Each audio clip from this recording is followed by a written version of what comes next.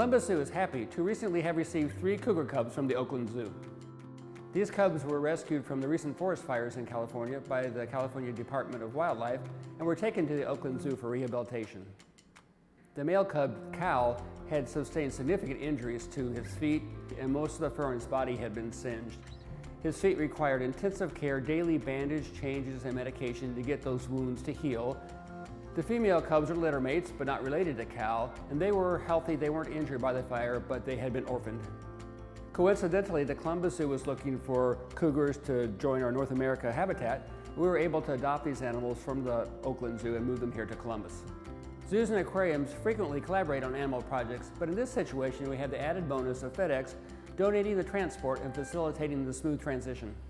The cougars are currently in the veterinary hospital at the Columbus Zoo, and they'll remain in quarantine for a couple of weeks so we can be sure that they're healthy, they're eating well, and they're getting to know their caretakers. After that, they'll transition down to the North America habitat. So we were excited to hear that Columbus Zoo was interested in being the forever home of these 3 kittens. And I came out with them, and the reason for that is because we wanted to make sure it's a smooth transition as possible. And Columbus Zoo's staff has been great. We've been working with the kittens, with all their new zookeepers that are going to care for them, and showing them everything that the kittens have enjoyed at Oakland Zoo. So that is what they like to do when they're outside, all the things that they've experienced so far in their life, and everything that we're going to be working together on to make sure they are just set and ready to meet all you guys as well. It was really nice to have Angela here with us for a day to help the kittens settle in. It really helped us start to know what we should expect and what we should look for. At first, the kittens were definitely a little more reserved around us. They don't know us, we're brand new. And allowing them to kind of come up to us at their own pace has been great. We are working in with them right now, and we use our feeding tongs to take them bits of meat, and they're eating little mice and little pinky mice, which they love. And now we're starting to sit a little bit further away and really have them come up to us to eat and interact with us.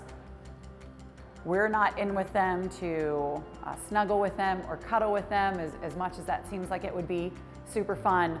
They might walk across us. We may touch them on, maybe their tail area. Our adult female cougar, Jessie, is trained for blood draw, and we also take blood pressures from her tail. So that's something we want to make sure that these cats are ready for as soon as they're too big for us to be in with.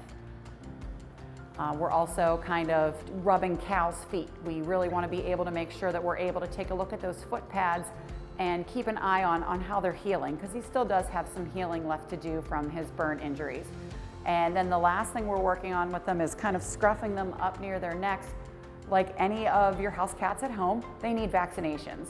So when it's time for their next round of vaccines, we want to be able to kind of hold them still and as comfortable as a way possible to hurry up and give them that quick vaccine. We want these cats to be comfortable around us and used to our presence, and that's really going to go a long way towards making sure that they are willing to participate in the training initiatives that we'll need to do when they grow up. Once these cats leave quarantine, they're going to come down to our cougar exhibit, where they will start to be introduced to Jessie, our 17-year-old female cougar, as well as the cougar habitat. And hopefully sometime next year when you come to visit the Columbus Zoo and Aquarium, you'll get to see all 4 of them in the habitat.